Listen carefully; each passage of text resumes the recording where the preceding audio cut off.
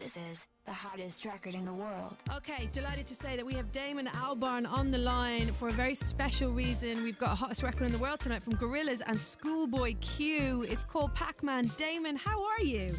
I'm very well, thank you. You're on the beach. Yeah, I am. Yeah, I've just been for a swim. How was it? It's beautiful. I mean, the water, like, by July is really, it's a really nice temperature, you know.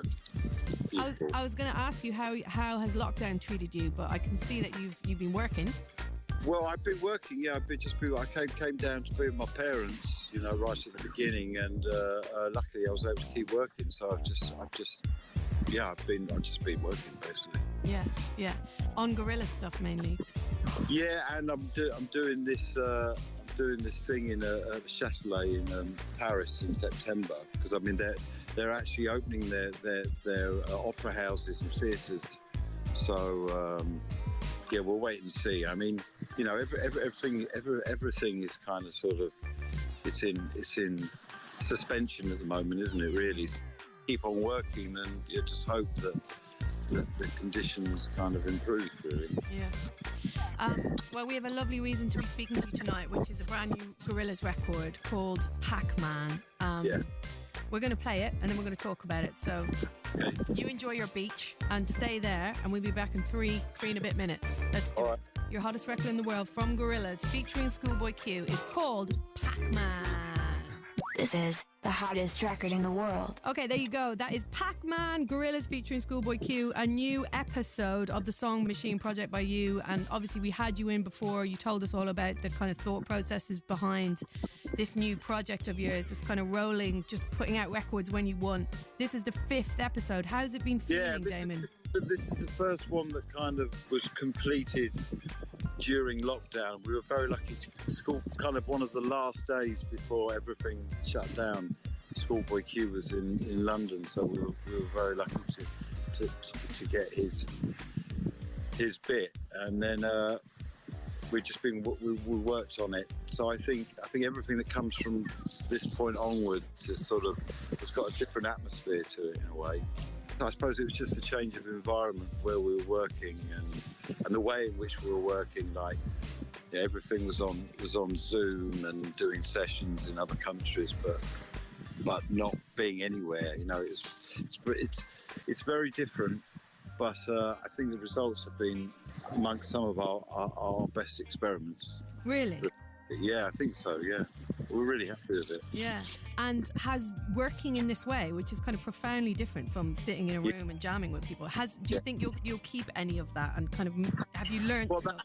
I still massively prefer playing in the room as people. Obviously, there's nothing going to replace that. And I think I speak for anyone who's a performer. You know, that's what we live for. Really, is that interaction with people.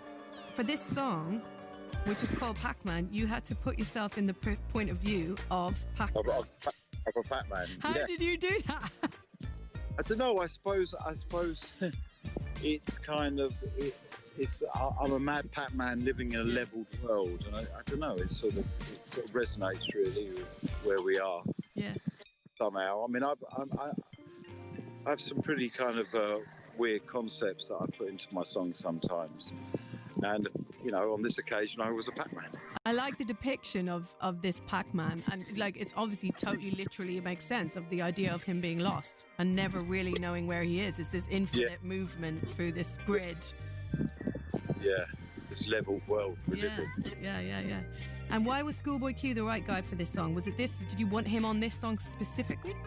Well, he's kind of, you know, he's really articulate, and his cadence and his flow, it worked beautifully with this. I mean, we worked with Prince Paul on this tune, so it's had quite a nice evolution, and you know, we make so much music, and sometimes you know, it's by accident that things work.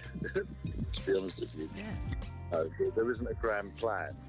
And I suppose with the Song Machine, that was the whole thing. It's just to react to what life throws at you, you know, and then keep it rolling until you finish, you know, your season in a sense, and then, you know, wait till something else kind of inspires you. Yeah, it feels like, because we've been chatting with artists so much in these shows, and so many people have changed the way their outlook on their music and how they put out their music and how they make their music, but it feels like you're already in that place of absolute freedom where Yeah, I think that's what we wanted to do with this.